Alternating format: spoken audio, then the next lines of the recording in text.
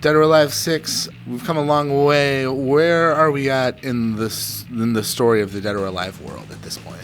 So for the main story for DOA is the fight between ninjas and Doatech. And for DOA 5, there was a focus on the fight against Mist, which is a group of evil scientists. And DOA 6 is a continuation of that fight. And for our last round, we introduced Hariro's Honoka Nyotengu Raido. And those characters will again show up in DOA 6. Speaking of characters in DOE 6, how did you go about finalizing the roster for DOA 6, and what are your personal favorites of the new character additions? The final roster of DOA was decided based on the story. We thought of which characters would show up in the story, and the new characters were also based on what characters would show up well in the story. Based on those two characters, Diego and Nico, I would say my favorite would be Nico, mainly because she uses I'm sorry, I'm gonna butcher the name. Pensalat, Penchaxalat. And so it was really interesting to make her moveset, and she also has electric attacks that she can use in battle, and that made it even more interesting. You've added a few new features as well, like you've added a button that can allow players to execute a combo single-handedly. Was this to balance it between people entering the world of Dead or Alive for the first time versus to give them sort of a way to play against people that might have had more experience? There's a common misconception with the R1 button or the right bumper. It's not an auto combo per se.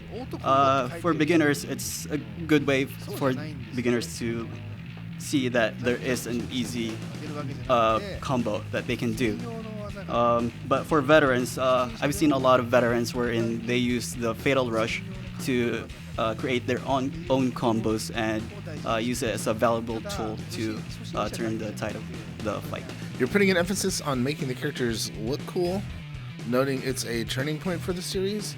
Does this mean we can't expect another DOA Extreme in the future? With regards to DOA 6 looking cool, my opinion is that even DOA 5, it was a very cool looking game. With regards to Extreme, we can't really say for now. It might come out in the future, it might not. It's really hard to say. What does cool mean to you in terms of crafting a fighting game? With regards to cool, for me it's more of like my image of cool is perseverance, basically. As characters fighting, even when they're losing, I can still win. That kind of feeling makes the character cool. Or it's basically the same as the dev team. We're constantly developing the game. We're fighting to get the game out to our fan base. And so to us, it's basically the same as the fighters, that we're fighting to persevere and win. Why the decision to omit tag mode this time around? I'm a big fan of the tag mode myself, and I'm a bit sad that we couldn't include it in the game. That is to say, it wasn't because we didn't want to include tag mode, but it was because we couldn't include it. It was mainly due to the lack of memory on the disc. For PC, it might not have been an issue, but we wanted to release it on multiple platforms, and so that was the limitation we had. I'm curious, is the PC version being handled in-house, and what considerations have been made for the PC platform?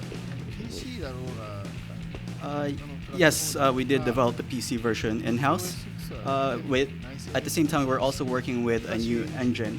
And regards to anything special about the PC version, of course, the PC version has higher resolutions compared to the console versions.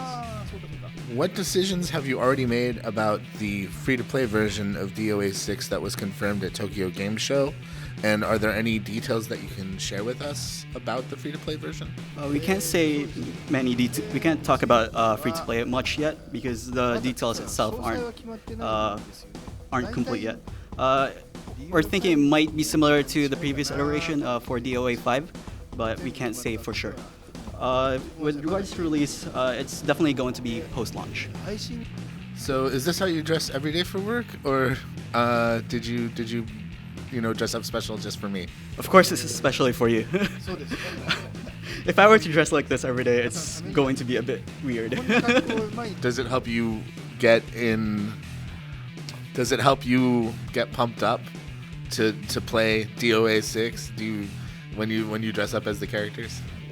I'm definitely already pretty pumped up, so I don't think there's any more need to.